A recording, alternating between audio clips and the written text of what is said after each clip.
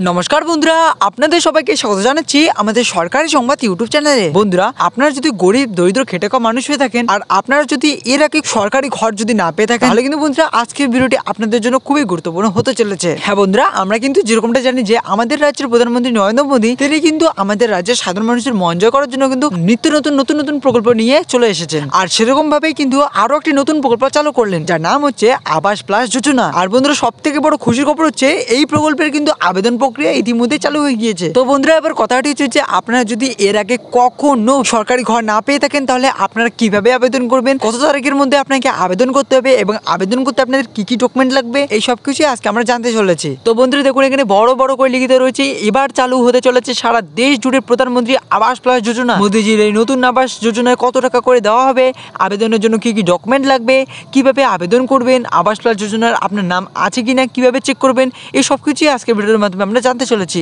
তবে বন্ধুরা, আপনারা যদি এই 1,30,000 টাকা সরাসরি আপনার ব্যাঙ্ক অ্যাকাউন্টে পেতে চান, তাহলে কিন্তু বন্ধুরা সবার প্রথমেই এই ভিডিওতে লাইক করে আমাদের চ্যানেলকে সাবস্ক্রাইব করে দিন এরকমই গুরুত্বপূর্ণ ভিডিও টেলি পাওয়ার জন্য। তো বন্ধুরা, সবার প্রথমে আমরা জেনে নিচ্ছি কত টাকা করে আপনাকে দেওয়া হবে। তো দেখুন, এখানে বলা হচ্ছে প্রধানমন্ত্রী আবাস প্লাস যোজনায় নতুন বাড়ি বানানোর জন্য সকলকে দেওয়া হবে 1,30,000 টাকা।